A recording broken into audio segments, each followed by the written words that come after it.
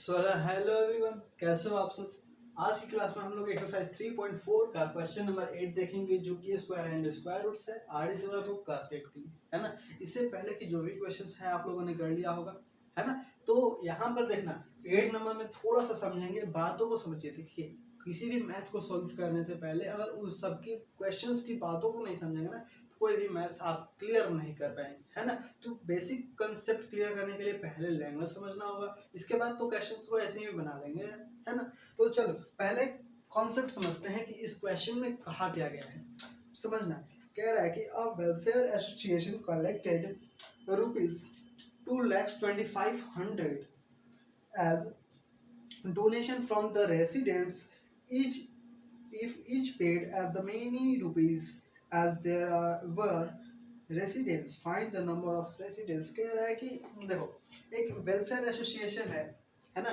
Welfare association है, उसने क्या किया, किसी भी रेसिडेंस से, रेसिडेंस मतलब क्या, रहने वाले जगह, तो गांव वाले समझ लेंगे, गांव से, एक गांव के रहने वाले लोगों से, या फिर छोटे शहर में मोहल्ला हो जाएगा, बड़े शहरों में क्या हो जाएगा, एक कॉलोनी हो जाएगी, है ना। तो एक कॉलोनी समझ लो या फिर मोहल्ला समझ लो, कुछ भी समझ लो, है ना। बात ये है कि वहाँ के लोगों से, स्थानीय लोगों से वेलफेयर एसोसिएशन ने क्या किया, कुछ पैसे इकट्ठा किए, है ना।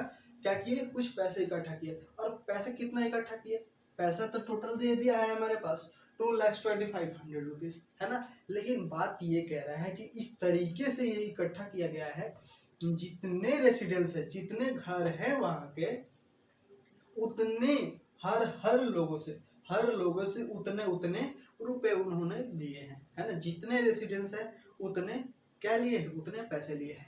अब इसको थोड़ा सा छोटा सा एग्जांपल लेकर समझते हैं। आप जाओगे दुकान पर, है ना, आपके पास 25 रुपया है ना, 25 रुपया है, बस थोड़ा सा समझेंगे। क्या है, आपके पास 25 रुपया है, और जाकर दुकान वाले से कहना कि मुझे बिस्किट चाहिए। कौन सी बिस्किट चाहिए, मुझे वैसी बिस्किट चाहिए, मुझे वैसी बिस्किट चाहिए जो, और उतनी बिस्किट चाहिए जिसका रुपया भी उतना हो और नंबर ऑफ बिस्किट्स भी उतना हो, है ना।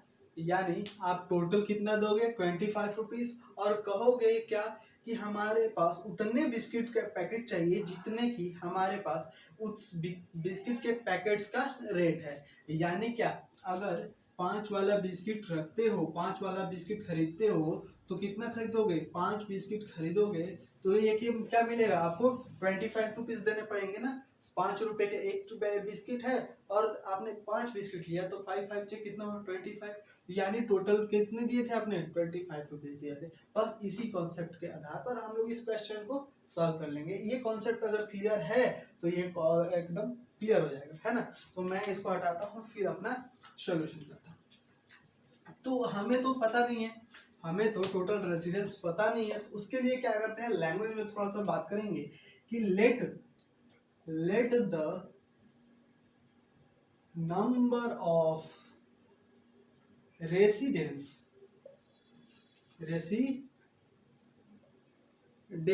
है ना, B X, residence B X, क्या होगा, residents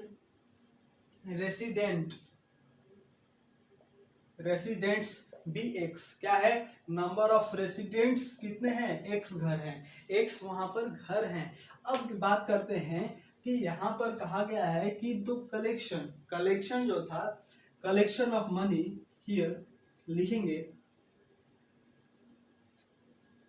collection of money is equal to by each man, by each residence, by each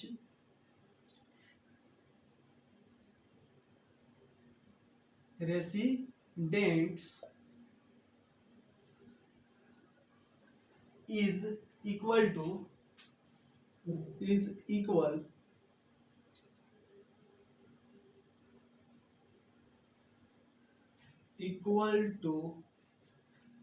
all residents,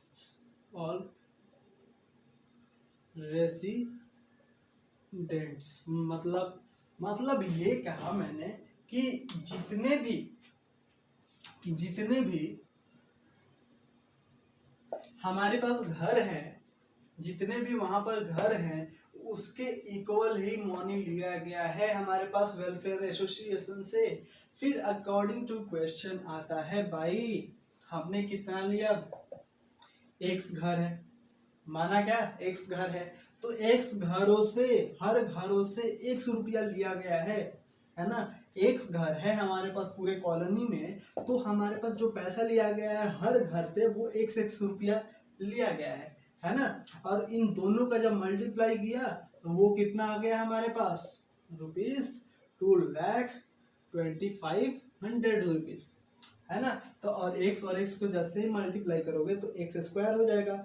x² की वैल्यू क्या है हमारे पास, 2,25,100 and that is equal to x is equal to क्या होगा, under root क्या होगा 202500 है ना। अब अंडर रूट तो निकालने के लिए हम लोग सीखा है, कैसे सीखा है, फैक्टराइजेशन मेथड से। डिवीजन मेथड से सीखा नहीं है तो हम लोग फैक्टराइजेशन मेथड से ही इसको हम क्या करेंगे, सॉल्व करेंगे। 202500, तो सबसे पहले क्या करते हैं, 2 से डिवाइड करते हैं, 101,250 ओके। फिर 2 से ये 5, ये 0, ये 6, फिर आ जाएगा हमारे पास ये 2 और ये 5 ओके। फिर आ गया ये 2 से तो जाएगा नहीं, अब किससे जा सकता है, ये 3 से जा सकता है। तो 3 से हमने करना शुरू किया, 3 1 जा 3, 3 6 जा 18, बचा 2, 3 4 3 8 जा 24 और बचा कितना 2, 3 7 जा 21 और 3 5 जा 15 है ना।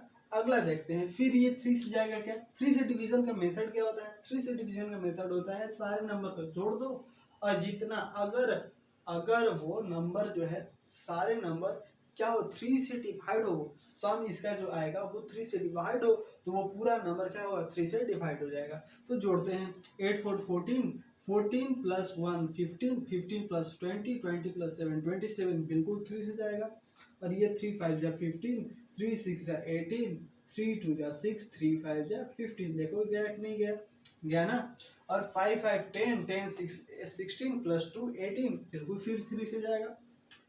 3 1 जा 3, 3 8 जा 24, बचा कितना 24, 2 3 7 जा 21, 3 5 जा है ना।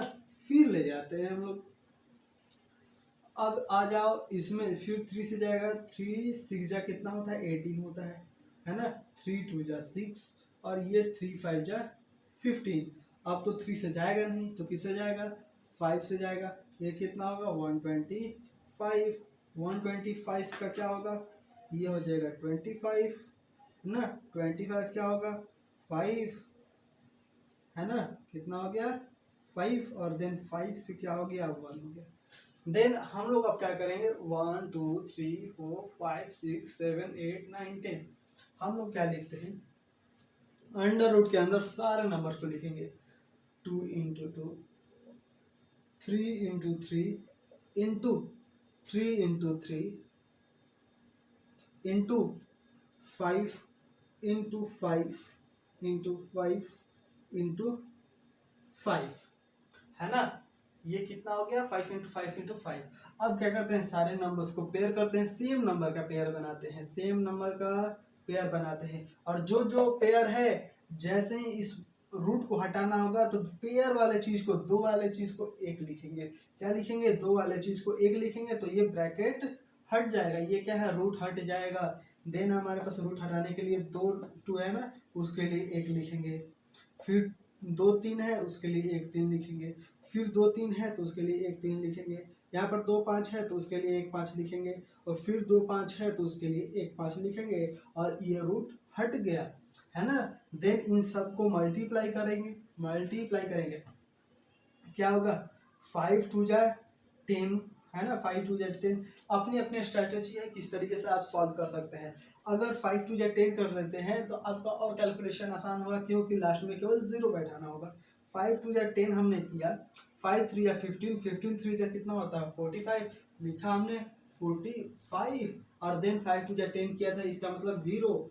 तो हमने क्या यहाँ पर पाया कि the value of x is equal to 450 rupees, 450 rupees. It means जो हमारी पास कॉलोनी थी, पूरा रेसिडेंस था, वो कितना था, 450 था। और हर घर से कितना रुपया लिया गया था, 450 रुपया लिया गया था। तो 450 घर से 450 रुपये लिए गए थे, तो उसको जुटाने के बाद क्या बन गया, 2,25,100 रुपीज, है ना। तो इसको आप फाइनली आंसर में इस तरीके से लिख सकते हो। किस तरीके से लिख सकते हो, लिख सकते हो आप, मैं कहाँ लिख दूँ, अब मैं यहाँ पर हटाता हूँ थोड़ी सी, ये आप नोट कर लेना या फिर स्क्रीनशॉट कर लेना। यहाँ पर मैं लिखता हूँ, क्या लिखूंगा, क्लियरली या फिर hence the number of residents, the number of residents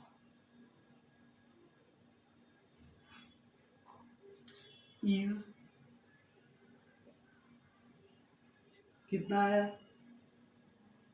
rupees 100 बताना है ना, is 450। That is your answer, है ना, दैट इज योर आंसर।